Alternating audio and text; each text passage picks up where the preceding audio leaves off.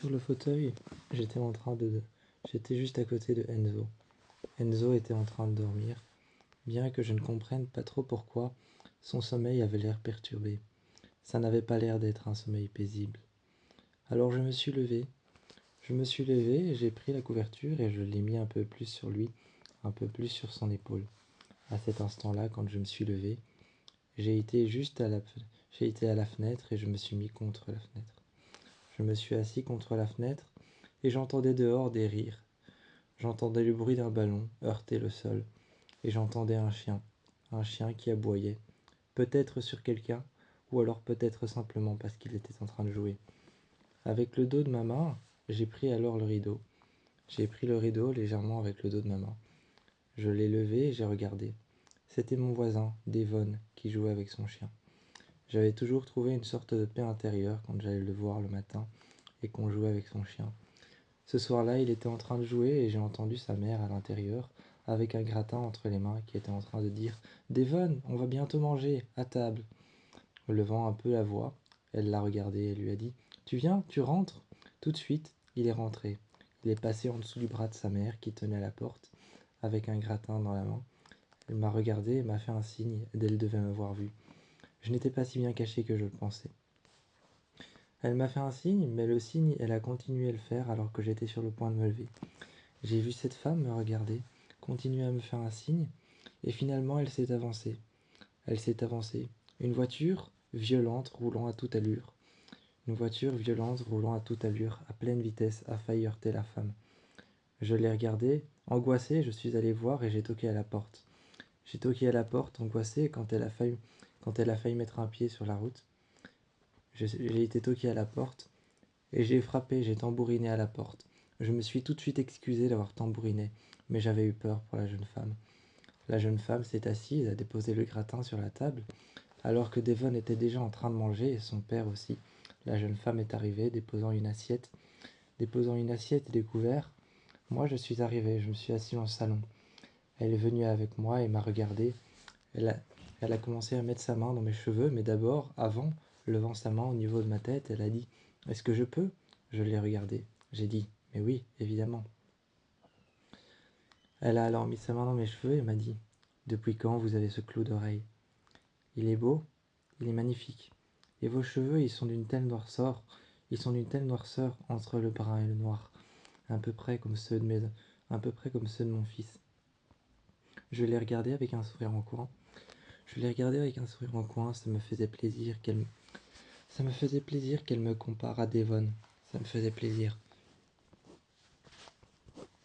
Quand elle m'a regardé, elle a retiré sa main et elle a vu cette petite cicatrice que j'avais juste au-dessus de l'œil. Cicatrice que je n'oublierai jamais, même si ce moment a été un moment dur à passer. Elle m'a demandé d'où vient cette petite cicatrice au-dessus de l'œil ici. Je lui ai expliqué qu'elle me venait de mon chien qui est mort. Je lui ai dit, elle me vient de mon chien qui est mort.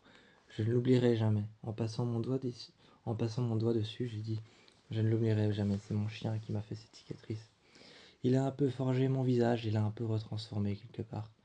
Quelque part, il a laissé sa trace sur mon visage. Il a laissé une petite trace, un petit tatouage indélébile, qui est fait de chair et de sang, qui ne partira jamais. C'était lorsque j'étais en train d'aller lorsqu'on était en train d'aller chez le vétérinaire. J'ai voulu le faire rentrer dans sa cage, mais il n'a pas voulu. Il s'est retourné, je me suis accroupi, et j'ai eu le malheur de m'abaisser à son niveau et qu'il me donne un coup de patte. Sa griffe s'est enfoncée dans mon œil. Depuis, si je me tourne, je ne vous vois pas très bien. Depuis, sur le côté, juste ici au-dessus, mon œil part un peu sur le côté. Il reste correct, il reste droit, quand je regarde à gauche et à droite. Quand je regarde à gauche et à droite, mes yeux restent droits, restent normaux. Mais malgré ça, mon œil part un peu sur le côté, ici, de ce côté, tout tremble et je vois flou. Tout tremble, je vois flou, et de temps en temps, il y a même une grosse marque noire qui descend. Et je n'aperçois plus que la moitié de ce que je vois. Ça ne me dérange pas parce qu'au final, ça c'est mon chien qui me l'a donné. Alors il est quelque part avec moi. Finalement, ce soir-là, j'ai mangé chez eux. La jeune femme me regardait. La jeune femme me regardait de loin, et de loin à la table. Je me suis levé et je me suis mis juste à côté de la femme. Juste à côté de la femme, juste à côté de la mère de Devon. Je lui ai dit: Excusez-moi madame, mais je peux aller me servir dans le bar? J'avais aperçu le bar sur le côté et je lui ai dit: J'ai aperçu votre bar sur le côté, votre frigo et votre réfrigérateur. Je l'ai aperçu sur le côté près de la cuisinière, près du couloir qui passe juste à côté de la cuisine ouverte, la cuisine américaine. Est-ce que je peux aller me servir? Elle m'a regardé et a dit: Oui, bien sûr, prenez mon verre et prenez celui de mon mari, et allez nous servir quelque chose. Je les ai regardés, j'avais un sourire en coin, un sourire aux lèvres. Je me sentais accueilli, j'avais enfin l'impression qu'on m'acceptait quelque part, même si la présente, même si la présence de mon copain était suffisante. C'était vrai qu'en me retournant vers la maison que j'apercevais par la fenêtre, la présence de mon copain était bien plus que suffisante. Mais ce soir-là, je me suis endormi chez les voisins. Enzo est venu me récupérer. Enzo est venu me récupérer et a dit: Tu t'es endormi ici, t'as dormi ici cette nuit. Je lui ai dit: Écoute, je suis parti parce que t'étais en train de dormir. T'avais l'air de dormir d'un sommeil agité. Enzo, inquiet, a commencé à me dire: Oui, parce que t'étais pas là. Mais j'étais là et j'ai remarqué que ton sommeil a commencé à s'agiter juste au moment où je restais près de toi. Est-ce que Est-ce que c'était la télé qui te dérangeait, le bruit, ou alors peut-être mon smartphone? Qu'est-ce qui te dérangeait? Enzo m'a regardé, la tête inclinée, appuyée contre le mur. Il m'a regardé et il m'a dit: Tu sais très bien que tout ce qui est les ondes avec les smartphones, ou tout ce qui est les ondes avec la télé, dormir devant la télé, ou avec son smartphone sous son oreiller, je n'y crois pas une seule seconde.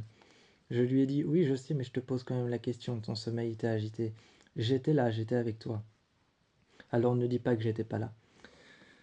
Je lui ai dit que j'étais parti quelques minutes après. Je lui ai dit que j'étais parti quelques minutes après et que je voulais te laisser pour que tu récupères un sommeil un peu plus calme. Là, il m'a regardé avec une tête un peu plus calme, un peu plus tendre. Et je lui ai dit: C'était pour que tu récupères un sommeil plus calme, pour que tu récupères un sommeil un peu plus confortable. J'ai passé ma main sur son visage, je l'ai embrassé et je lui ai dit: C'était simplement pour ça. Enzo m'a dit: Tu es sûr? Moi j'ai dit: Oui. Et il m'a regardé encore une fois, répétant: Tu es sûr? Insistant sur le tu es sûr, il me l'a demandé plusieurs fois, insistant sur l'intonation qu'il insistant sur l'intonation qu'il donnait à son tu es sûr, il insistait plusieurs fois, me posait plusieurs fois la question. À un moment, Donovan, à un moment, Devon est arrivé et Donovan, son petit frère, sont arrivés. Ils m'ont regardé. Donovan et Devon, son petit frère, est arrivé et j'ai regardé Devon et je lui ai dit: Ne t'inquiète pas, en mettant ma main dans ses cheveux. Je lui ai un peu ébouriffé les cheveux et j'ai dit: Donovan, viens ici. Il est venu près de moi et j'ai ébouriffé ses cheveux noirs. Je l'ai regardé, j'ai regardé ses yeux bruns, j'avais l'impression de me voir moi en encore plus petit que je n'ai l'impression de me voir moi. Quand je regarde, quand je regarde Devon, j'ai l'impression de me voir moi adolescent. Quand je regarde Donovan, j'ai l'impression de me voir moi petit. C'était comme si je retournais dans le temps, quand j'étais dans cette maison. Ici, je me sentais bien et j'avais la possibilité et la capacité de jouer avec un chien, pour ne, pour ne pas souffrir de la douleur du fait que mon chien m'ait laissé cette marque, mais qu'elle ne soit plus là aujourd'hui. Alors je les ai regardés tous les deux, j'ai dit: Ne vous inquiétez pas, c'est pas grave. Puis finalement, j'ai dit: Je suis resté dehors, j'ai fermé la porte, j'ai regardé la mère de Devon et Donovan, et je lui ai dit: Je vais parler avec lui une seule minute. Je vais parler avec lui une minute. Je reviens. Une seule seconde. Une seule seconde dehors m'a suffi. Un regard a suffi pour que je lui dise: Est-ce que tu veux rester avec moi? Comme ça, t'es sûr de ce que je fais, t'es sûr de ce que tu fais. Est-ce que tu veux rester ici avec moi? Tu verras. Tu verras, Devon, Devon et son frère sont adorables. Tu verras, ses parents sont géniaux. Et tu verras, il a un chien.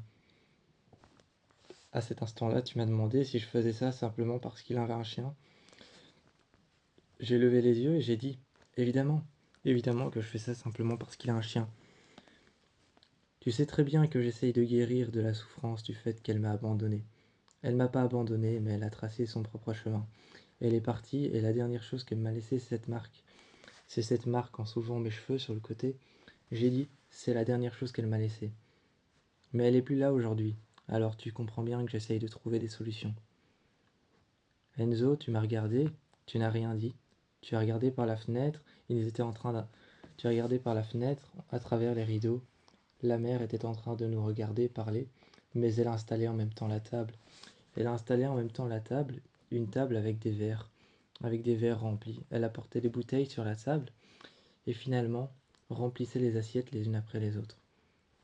Quand on l'a entendu appeler Devon et appeler Donovan, je me suis retourné vers la porte.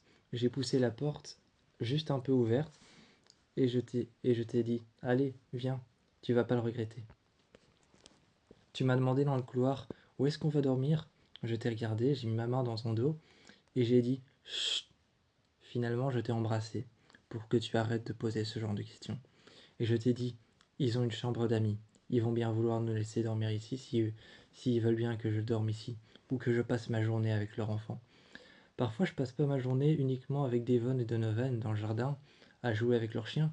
Parfois, je les emmène à des chenils ou alors je les emmène voir le vétérinaire pour qu'on puisse passer la journée simplement à soigner des chiens, des chats, des animaux.